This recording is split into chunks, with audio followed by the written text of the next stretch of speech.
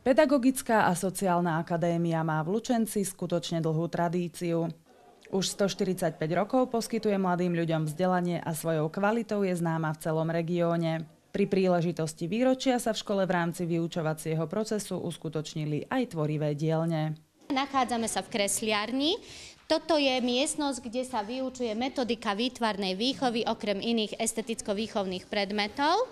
Robíme tu nie celkom len také nové techniky, robíme tu aj klasické techniky. Tuto po mojej pravej strane, toto konkrétne je zmizíková technika, kde využívame v podstate chemickú reakciu zmizíka, ktorý, keď ho nanášame na atrament, tak robí vlastne bielu stopu.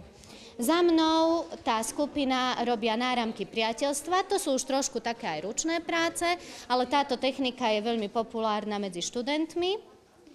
Takže to robia radi a je to aj také pekné, také symbolické tie náramky priateľstva v podstate. Za 145 rokov existencie pripravila táto škola mnoho učiteľov a vychovávateľov v slovenskom i maďarskom jazyku pre jedno z najkrajších povolaní – prácu s deťmi. Presne pred 145 rokmi, presne 27.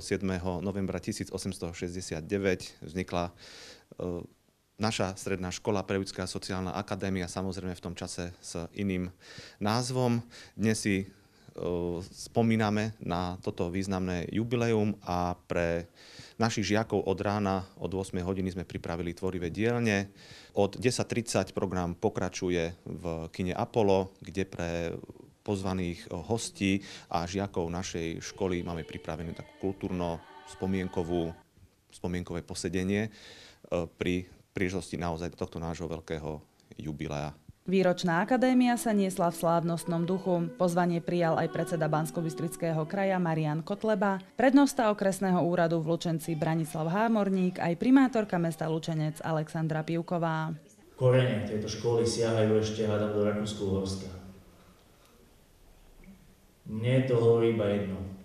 Inštitúcia, ktorá tak dlho vydržala, ktorá vydržala nielen všetky tie historické búrlivé obdobia, ale aj súčasné a nie ľahké sociálne a politické zmeny, musí byť inštitúciou kvalitnou. Vás chcem pozdraviť tento slávnostný deň, skloniť sa pred tým, čo všetko vaša škola robí, pedagógovia a študenti, zapriať vám do ďalších období mnoho zdaru. Dovolte mi vyjadriť vďaku všetkým, ktorí sa za toto obdobie v tejto škole realizovali, ktorí vychovávali, vzdelávali a formovali mladých ľudí, mladú generáciu, aj našich Lučenčanov. Hudobne a tanečne nadaní žiaci školy vystúpili pred svojimi spolužiakmi a pozvanými hostiami. Budúci pedagógovia ukázali, že sú obdarení talentom, ktorý určite budú potrebovať pri svojej práci.